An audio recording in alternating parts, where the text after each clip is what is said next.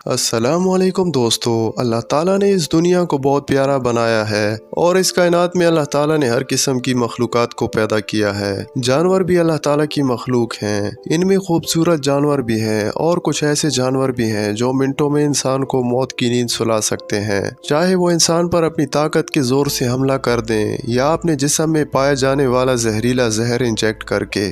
آج کی اس ویڈیو میں آپ کو دنیا کے 10 خطرناک جانوروں کے بارے میں بتانے والا ہوں، تو چلیے چلتے ہیں آج کی اس ویڈیو کی طرف۔ نمبر 1، بلو رنگڈ آکٹوپس۔ یہ آکٹوپس دیکھنے میں بہت پیارے لگتے ہیں، ان کا جسم برائٹ رنگ کا ہوتا ہے، یہ جسامت میں بہت چھوٹے ہوتے ہیں۔ یہ جانور دیکھنے میں جتنا معصوم نظر آ رہا ہے اتنا خطرناک بھی ہے۔ جب اس آکٹوپس کو خطرہ محسوس ہوتا ہے تو ڈر کی وجہ سے اس کے جسم پر بلو رنگ ظاہر ہو جاتے ہیں، جو کہ اپنے بچاؤ کے لیے خود کو پورا تیار کر لیتا ہے۔ اس کا زہر سائنائڈ سے بھی 1000 گنا زیادہ زہریلا ہوتا ہے اور یہ ایک ہی بار میں 20 سے 25 لوگوں کی جان لے سکتا ہے۔ جب یہ انسان کو کاٹ لیتا ہے تو فوراً درد محسوس نہیں ہوتا، تھوڑی دیر بعد آپ کو سب کچھ دھندلا نظر آنے لگے گا، جسم میں کمزوری ظاہر ہونا شروع ہو جاتی ہے اور جسم کے سیلز کام کرنا بند کر دیتے ہیں۔ میڈیکل سائنس کے پاس ابھی تک اس کا ایک ہی علاج موجود ہے اور وہ ہے آرٹیفیشل ریسپائریشن۔ بلو رنگ آکٹوپس شکار کرنے کے لیے اس زہر کا استعمال کرتے ہیں۔ پہلے یہ اپنے شکار کے اندر زہر چھوڑتا ہے، جب وہ پیرالائز ہو جاتا ہے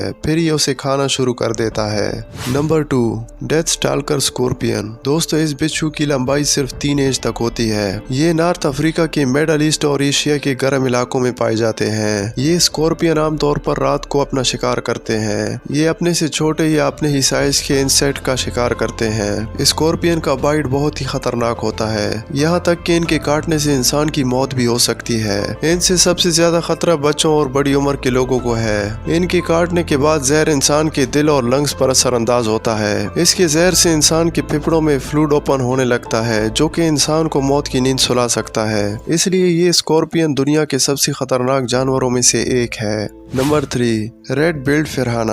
یہ مچھلی ویسے بھی بہت خطرناک ہوتی ہے، لیکن جب یہ گروپ میں شکار کرتی ہے تب یہ انسانوں کے لیے بھی خطرناک ہوتی ہے۔ گروپ میں یہ اپنے شکار کو کچھ ہی سیکنڈ میں ختم کر دیتی ہے۔ اس کی ہڈیوں سے گوشت کو کچھ اس طرح الگ کرتی ہے کہ دیکھتے ہی دیکھتے شکار کا ہڈیوں سے گوشت غائب ہو جاتا ہے۔ ویسے یہ انسانوں پر حملہ نہیں کرتی، لیکن اگر یہ بھوکی ہو تو پھر انسان پر بھی حملہ کر سکتی ہے۔ لیکن اگر آپ سوچتے ہیں کہ ایک مچھلی آپ کا کچھ نہیں بگاڑ سکے گی تو آپ بالکل صحیح ہیں، لیکن اگر یہ ایک سے کئی زیادہ ہو تو انسان کو منٹوں میں مار دیتی ہے۔ سمندر میں یہ پائے جانے والی مچھلی چھوٹے سائز کی ہوتی ہے، لیکن ایمیزون کے جنگلوں کے سمندر میں پائی جانے والی یہ مچھلی بہت ہی زیادہ خطرناک اور بڑے سائز والی ہوتی ہے۔ اس مچھلی کے دانتوں کی کاٹنے کی دھار اتنی تیز ہوتی ہے کہ یہ ایلومینیم کی تار کو بھی آسانی سے کاٹ سکتی ہے۔